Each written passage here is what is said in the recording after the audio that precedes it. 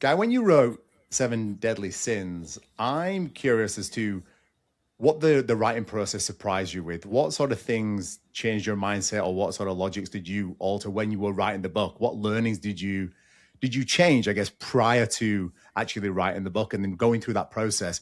Were there any moments where you were like, huh, this is an interesting way of thinking about it that I never thought about before? Yeah, I mean, as I write in the book, I'm quite kind of reactionary when it comes to things like crime and punishment. And, although the rational, the scientific part of me has long been aware of the association between our brain function and structure and how it influences our behavior, I think it really did make me question that kind of view that I had when I embarked upon the book about aspects of morality, aspects of crime, aspects of punishment, and just made me think a little bit more broadly about the rights and wrongs of how we approach all of these issues within society. So it was quite a learning experience for me, because until you sit there and think and put your thoughts down in black and white, the tendency is um, to be judgmental, I guess, which I think this process has made me a little bit less so. With the, I guess, the biology of things like gluttony, anger, lust, really is, I guess, evolution doing its job in a way. How do we look at that if we're looking at crime and punishment, I guess, from that lens? Does evil really exist? Do we believe that evil exists? And why do people err towards that side of things? If it is, in fact, this is just evolution. Yeah, well, I guess as with all things human, there is a spectrum. And, we define in medical terms. So, for example, when you talk about personality disorders, these are traits of our personality that are intensified to an extent where they are present in inappropriate circumstances or at very high intensity. But the border between what constitutes an extreme of normality and what constitutes a problem or a medical diagnosis is characterized by when that trait is so extreme that it causes harm to the individual or those around us. And I guess that when we talk about the seven deadly sins and those traits of our characters that are ubiquitous, there's a reason why every single world religion or every moral system is obsessed with these kinds of behaviors. It's a case of whether or not those traits are appropriate to the environment, appropriate to the circumstances. Because, as you say, all of these traits have an evolutionary purpose. They all confer evolutionary advantages. But in broader society, particularly in modern human society, at their extremes, they cause terrible harm as well. But that is a grey zone, and that shifts according to the circumstances. It shifts according to the environment that we inhabit in. Is there any particular environmental factors that you think, I guess, trigger more of these episodes than others? Well, we know that there's a huge range of environmental influences on our behavior. So, at the most kind of simple level, we know that our upbringing, the levels of stress that we are exposed to in childhood, or indeed even when we are inside our mother's womb, influence the development of our brains. And so these kinds of things like our mother's stress during pregnancy, or indeed living in a stressful environment. And, researchers tend to look at things like physical or emotional abuse, sexual abuse, or other hardships in childhood. There is a very clear correlation between these kinds of environmental factors and, for example, our likelihood to develop certain personality disorders, of which things like narcissism and anger and emotional lability are all outward manifestations. So that's one very simple example. But when it comes to things like gluttony, and gluttony in a more modern sense is probably best considered as obesity. There are, as you'll be aware from your work, there are huge environmental factors in terms of what influences our tendency to consume large amounts of calories. Some of those are very obvious, like the food environment that surrounds us, but others are slightly less obvious, like, for example, the the microbiome that our gut consists of, or indeed even viruses that we may be exposed to that somehow influence our appetite or influence how our fatty tissues store calories. So there are a huge range of environmental factors that influence all of these traits. I love that you mentioned the environmental factors, because even within the environmental factors, there's a ton of nuance within that, right? It's like, where's the environment? What place is it? The people around me? Is it family? Is it peer pressure? Is it social pressure? What are these environments that I find myself in? I find that sometimes clients are sometimes very good in their own environment, i.e. at home. I can do my meal prep. I can order a decent meal from Uber Eats if I'm absolutely starving. But the moment they go back to their childhood home, it's fucking chaos. Like all Yeah. their, very much their childhood behaviors starts to come back in. It's like, oh, I want to have the cereal for breakfast and the Nutella on the toast. But I Yeah. haven't had that in 10 years. But I mean, you raise another important issue, which is it's not just our immediate environment; it's also our social environment, our social networks.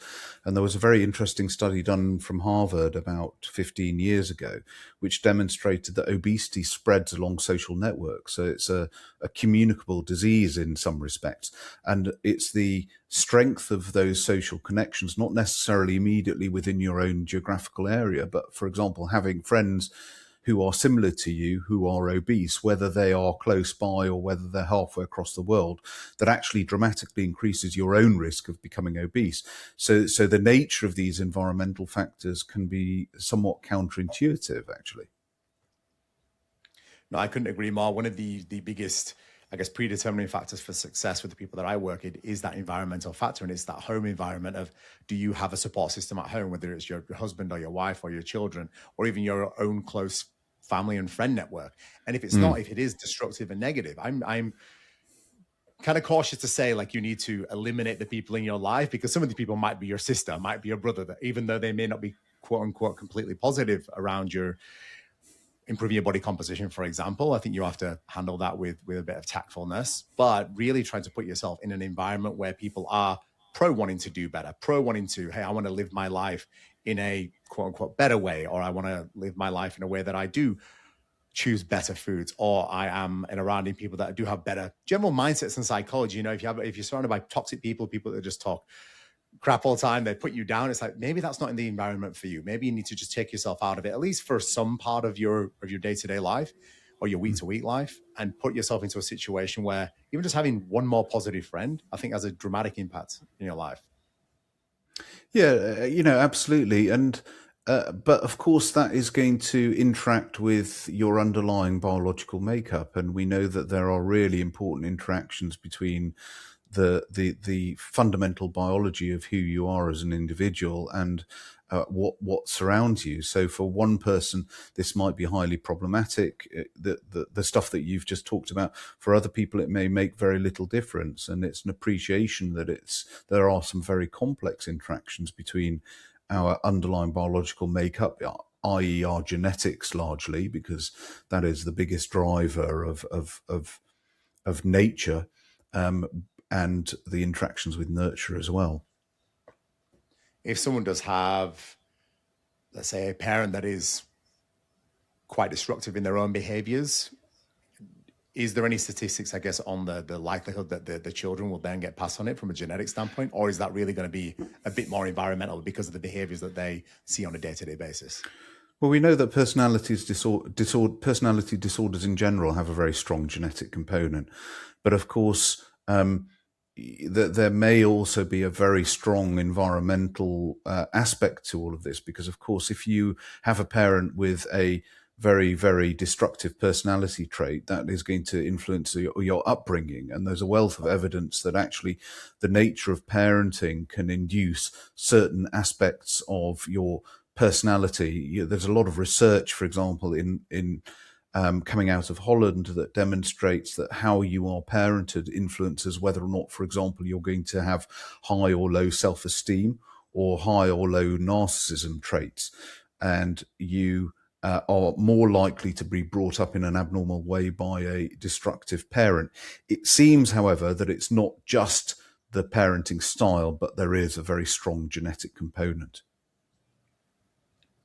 As we're talking on the sins and environmental, and sometimes I think environmental, we can potentially get caught up in that being person to person in the same household, but I think the digital environment is a big factor as well, as we're spending Mm. more and more time online. So where I'd love to be able to air this is looking at how the seven deadly sins is positively or negatively impacted by whether it's social media or just email or online presence in general.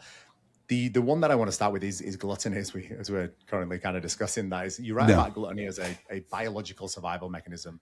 The Yeah. brain essentially trained to overconsume because scarcity was the norm for most of human history. Has social media, the way I look at it at least, give us an infinite scroll that literally never runs out, which is almost a form of gluttony in and of itself? And what are your kind of thoughts on how does gluttony present itself in social media?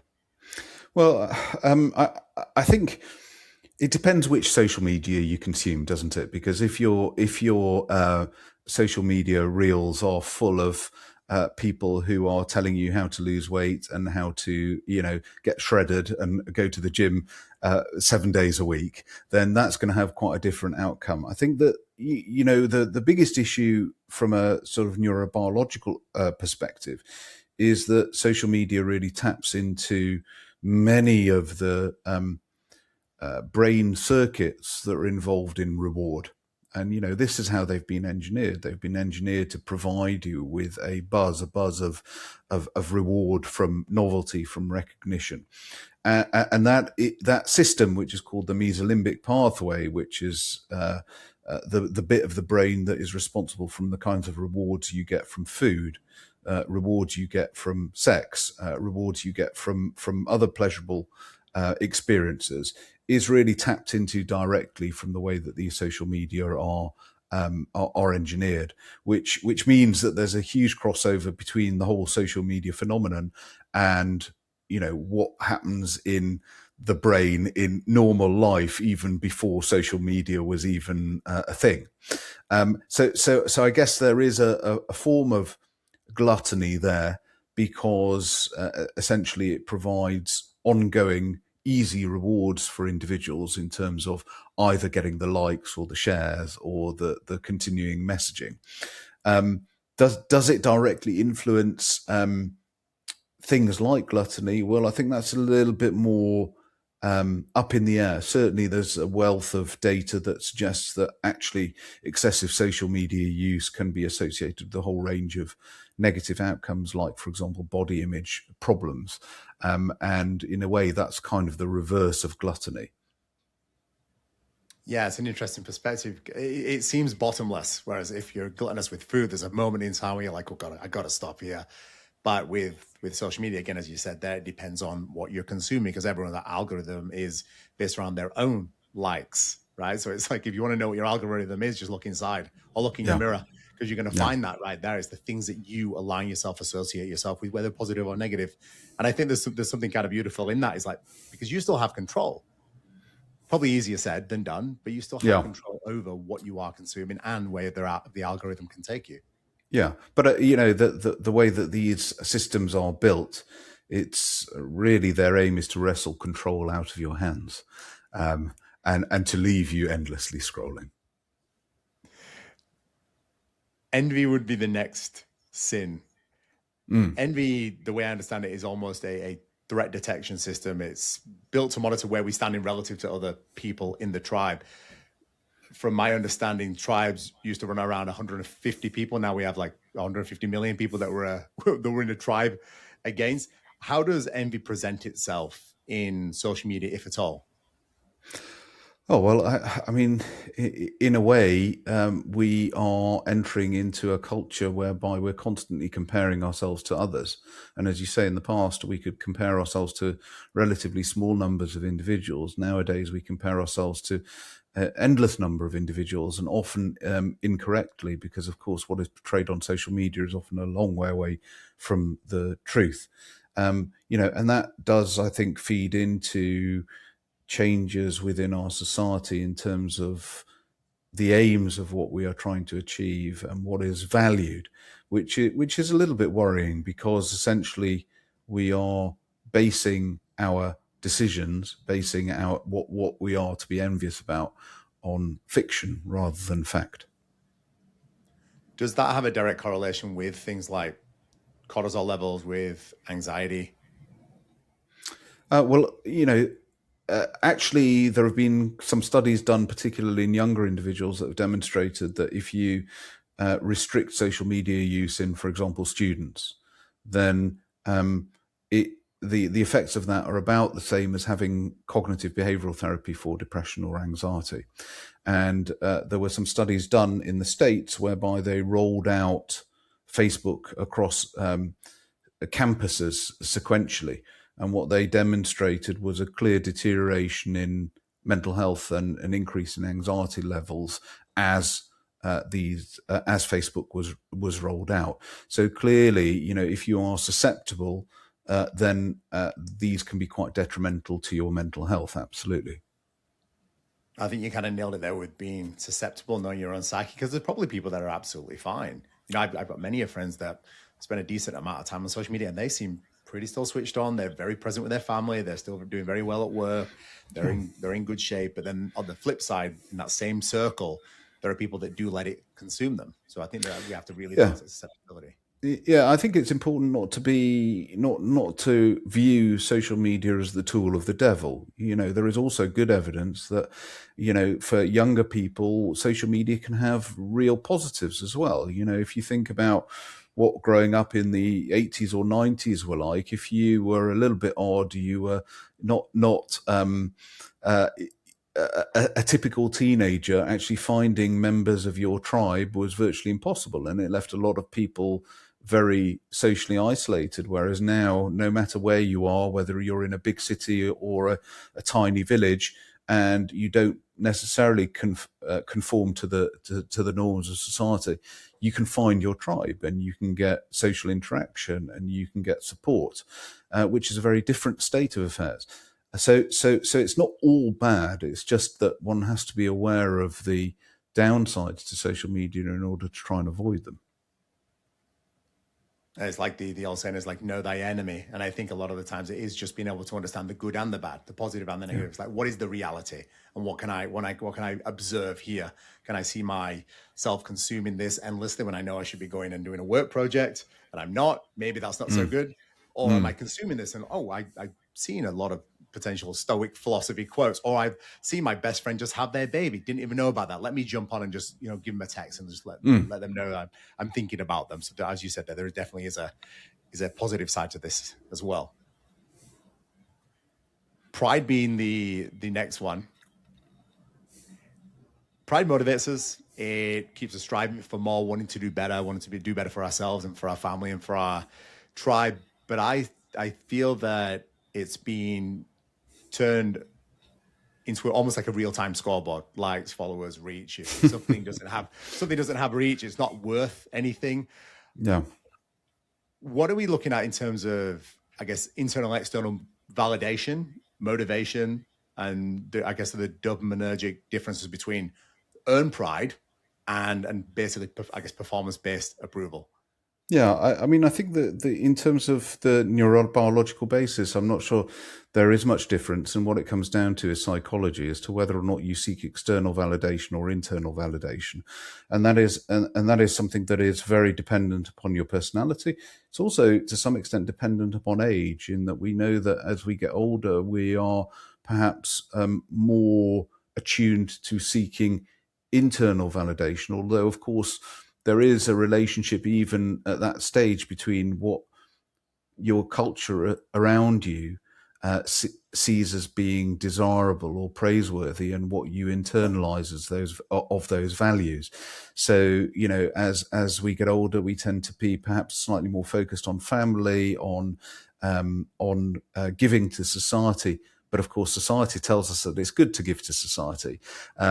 It also, one of the aspects of all of this is that as we get older, those kind of external validators are more and more difficult to achieve. If society is telling you that actually what's to be praised is being popular, being fit, being strong, being beautiful, being youthful, then of course, as you get older, that is harder and harder to achieve. And so you have to reconfigure what it is you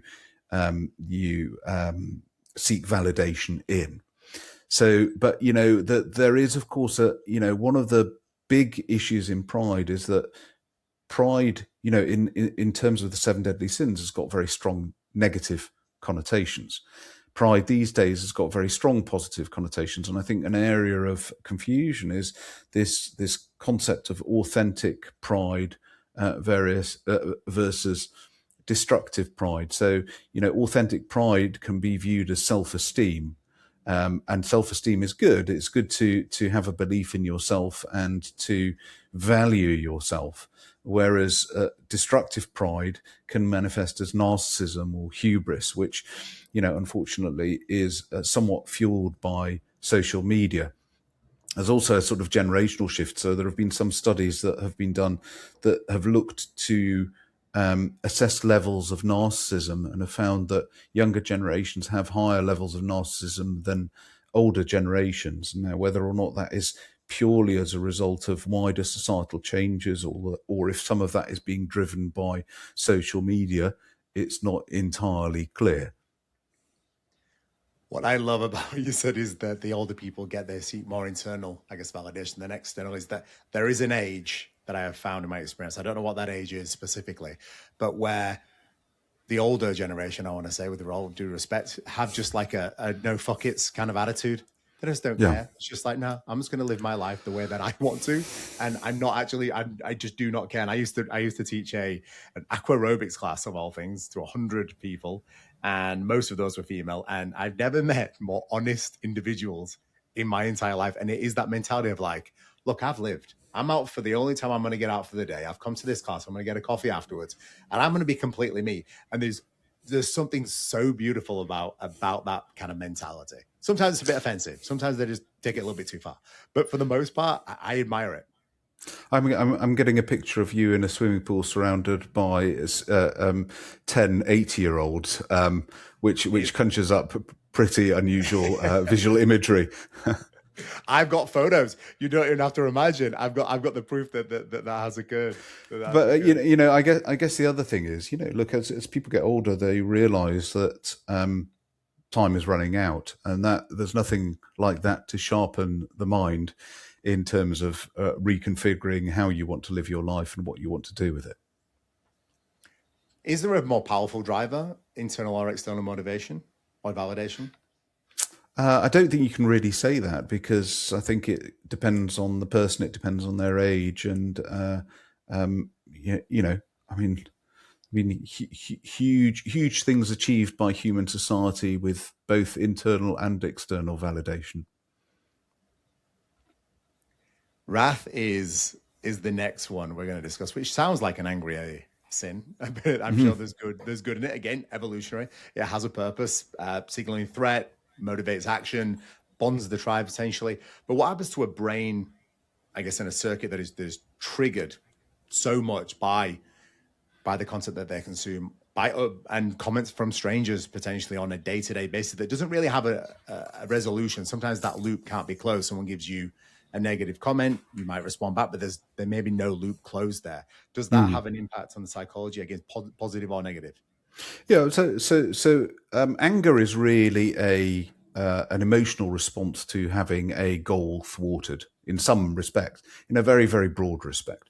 And as such, it can be very useful. So obviously there's, from an evolutionary perspective, defense of oneself, defense of the tribe, defense of one's natural resources available to you. But it can also mean that you are more likely to persist in trying to achieve a goal. So if you take students, for example, and you put them into a psychology lab and you give them a task to do, one that is very difficult, if not impossible, then the ones in whom you generate anger in are much more likely then to succeed in a subsequent difficult task compared to the ones that you don't. So anger is a really important motivator in our day-to-day lives. But where it becomes problematic is when that manifests as aggression, in a physical way. And we know that there are huge variations between how individuals respond to anger. A lot of that is genetic. So we know that there are some genes that influence the likelihood of anger converting into aggression. There are some genetic disorders that give rise to really very, very high levels of aggression, but we all have genetic variants that influence that to some degree. It also, essentially from a neurobiological basis, what it reflects is, anger and aggression derive from a form of conflict within the brain as well, because there are these two competing circuits, the areas of the brain that are involved in generating emotions, primarily an area of the brain called the limbic system and the amygdala in particular. And that's the origin of these kinds of strong emotions. But of course, we have a very large part of our brains at the front, which is called the prefrontal cortex, which is involved in suppressing these kinds of antisocial behaviors, of rational thinking, of reasoning, overcoming or suppressing that response to those emotions that are being driven by the limbic system. And we know that certain things can influence either an overactivity of the limbic system or an underactivity of the prefrontal cortex that can give rise to an increased likelihood of anger turning into aggression. And that can range from brain injuries, to traumatic brain injury in particular, which often affects the frontal lobes. It can relate to chemicals. So there are certain drugs that we give people, that we prescribe to people, that can sometimes give anger outbursts. But it also is, again, influenced by something that we talked about right at the beginning, which is our upbringing. Because we know that actually when when your brain is developing in a very stressful environment, and when it's exposed to high levels of cortisol long term, that influences how both the limbic system and the prefrontal cortex develop, and so can influence that balance between those two brain regions for the rest of your life. It sounds like some anger can be good, but too much can be catastrophic. Yeah, absolutely. Yeah, as with all these things. The next one I wanted to touch on is lust. In your book, you mentioned that lust is broader than just sexual desire. It's the kind of biological drive for stimulation, novelty, intensity. Social media, in the most sophisticated, novelty-driven system ever, every notification, every post, every trending topic, every beautiful girl, all these things stimulate, I guess, some part of lust. How do we see lust as it relates to social media? And is there a way to see it from, I guess, a positive angle? Well, I think the first thing to say is that, our brains probably weren't designed to have this constant exposure to a lot of sexualized imagery or content, and essentially what that has done is it has created a very immediate way to light up that mesolimbic reward pathway in ways and at levels that our brains did not evolve to experience. And so there is quite a lot of concern about the ready exposure to sexualized content and things like sex addiction, because what that does is it hyperstimulates that reward system to such an extent that actually you require more and more reward in order to achieve the same results. So, certainly one of the problems with the sort of readily available sexualized content is that there are high numbers of people who are getting into trouble. There was a really interesting study done which demonstrated that a surprisingly high number of the clergy had internet sex addiction, because it's probably the way that they can access sexualized content most readily. And I'm sure that the church was deeply unhappy with that statistic.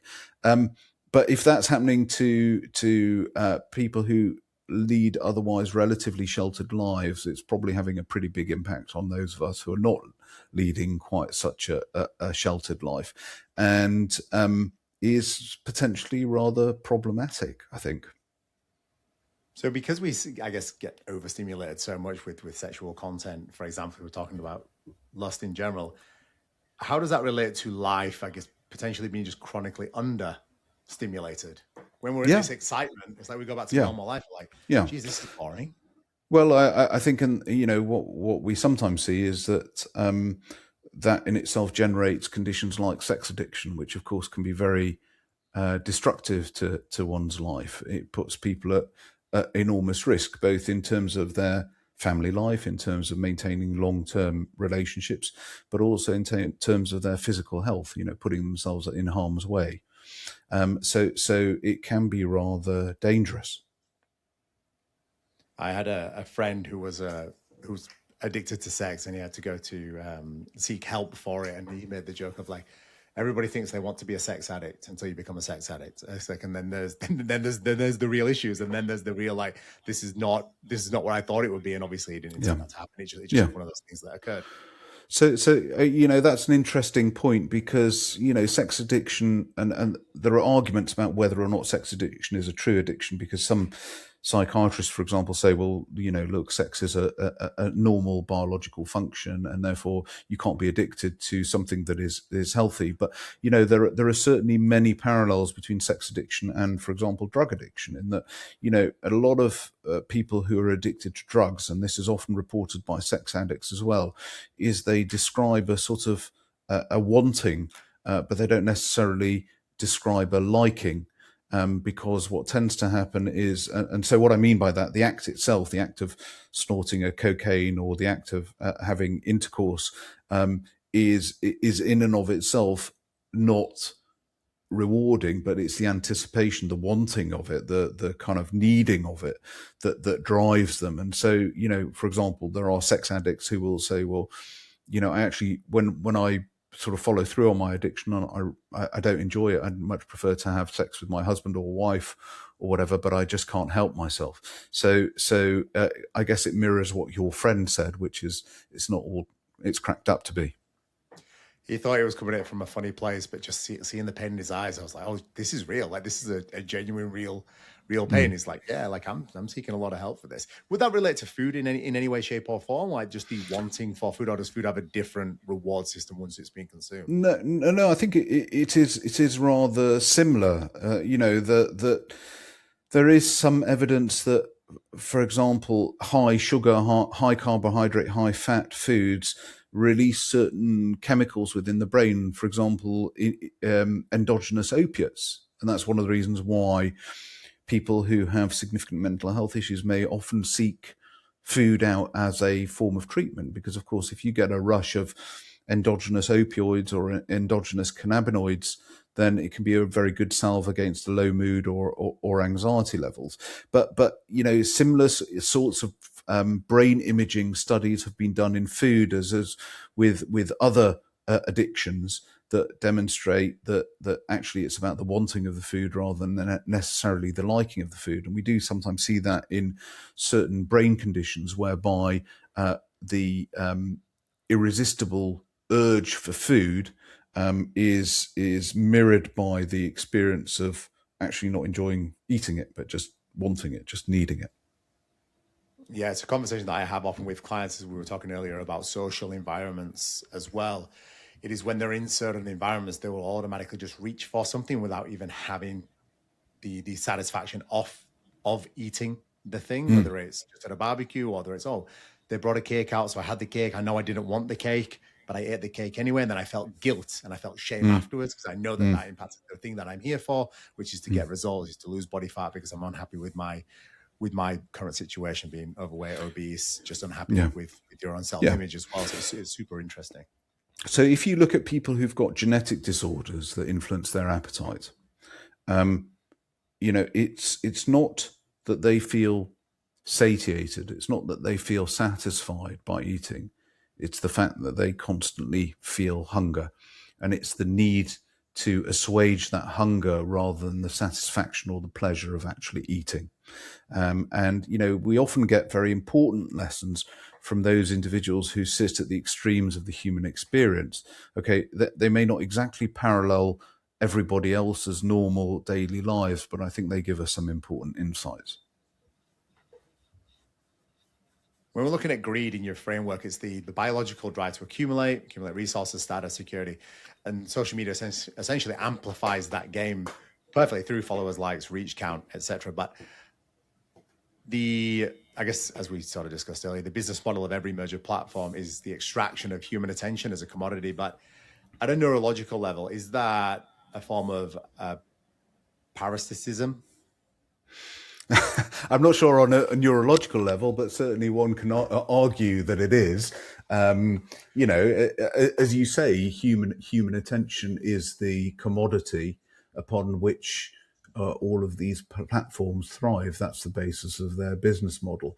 I think as I write in the book, one of the issues about greed in a sort of more theological or philosophical framework is that it's less well studied than any of the other sins, because our societies are largely based upon greed. Greed is not necessarily seen as a bad thing. It's seen as a driver of our economies, as a driver of our societies, and which is one of the reasons why we say, well, these companies are doing what these companies are meant to do, which is to make as much money as possible by whatever means necessary. So it's one of the areas of sort of human behavior that is less well studied, certainly from a medical perspective, and is less likely to be pathologized. So with all the other sins like sloth and anger and lust, I think doctors are much more readily weighing into this area because it has direct relevance to the patients that we see. With greed, that is much less so. As we transition to our last one being sloth or sloth, depending on how you pronounce it, depending on my you say potato, accent. I say potato. You write about sloth as, I guess, the brain conserving agent, which is almost, for me, it sounds like the path of least resistance is always the most tempting. And as a biological being, why wouldn't the body go through the path of least resistance? But are we watching in real time kind of the outsourcing of human thinking and cognition to an algorithm? This isn't just social media. This is potentially AI. This is potentially trying to, instead of people thinking, I think a lot more people, at least in what I've witnessed, try to outsource certain things to artificial intelligence, which I think there is some benefit to it for sure. Yeah. But even I find this when I'm having conversations with people, and it's like the thought process or the cognition isn't as sharp as it used to be. And I'm like, when did this change? Because you're a pretty switched on individual. And I find that those same individuals are using LLMs for a lot of their just general day-to-day thought processes versus sitting and thinking on a problem, struggling with that problem, trying to overcome it with their own creativity. Yeah. I mean, the short answer is yes, isn't it? But, yes, they are. But this is something that humans have always done. When we invented the wheel, that was the path of least resistance. When we invented the car, rather than riding around on horses, when we ended up using electricity. I guess that in another 1,000 years' time, they will have found the next sort of huge advance in technology and have the same concerns. Ultimately, we evolved to function best in the environment that we are in. And, when I talk about evolution in this context, I'm not talking about genetic evolution. I'm talking about personal evolution. And if learning to use LLMs is the route towards success, however you measure success, then that is a good thing, potentially, arguably. But time will tell, I guess. Do you see if we're looking about AI specifically, do you see a positive impact that it can, or at least a world where you can see, I see the potential in this, whether it looks at psychology, physiology, even in the medical space, I see the positive implications that this can have? Because I don't think it's all doom and gloom. No. I mean, I think undoubtedly, look, there are going to be huge changes in our society, and those concerns about the destabilization of our society and the new revolution that is going to come because there will be social upheaval are also balanced by the fact that clearly these technologies have really amazing implications. Just purely in the medical sphere, the use of AI in terms of interpreting scans. There are some studies that suggest that AI is perhaps better than the human eye at interpreting scans, which would be to be expected. And actually, AI in the use of medicine is gaining a lot of traction. There will be other areas of our lives where I'm sure that will be the case as well. I think that where the risk is that we actually lose our own direction. We lose. We talked about internal and external validators, we are going to have to try and reconfigure ourselves to decide what it is we value when all of those behaviors, when all of those achievements that we have previously viewed as being of value, of being of worth, are taken away by AI. And I think that will be a very difficult psychological process for us as individuals, but also wider society. And I don't think we've had those discussions in enough detail at the moment to work out how we ensure that actually AI doesn't strip us of many aspects of our lives, which is worrying. Yeah, I mean, end of the day, like humans are humans. It's our humanity that makes us be able to connect with each other and understand each other. And if we're Yeah, outsourcing our humanity to a sentient being that doesn't have the yeah, feelings, emotions that we have, yeah, is like, how can we possibly then continue to progress as humans? I mean, I'm sure yeah, there is ways, but I think it's going to be a very interesting time. yeah. Um, as it relates to, I guess, a big practice of yours being in the sleep space, do you think there's a positive implication for AI being involved in the space and being able to help people with potential sleep disorders, as in looking from a potentially, hey, this particular exact part of your brain, or this, your melatonin is off by X amount, we can in a real world sense kind of manipulate compounds in a way that potentially improves the quality of your sleep, which obviously has a significant benefit to the rest of your life. Yeah.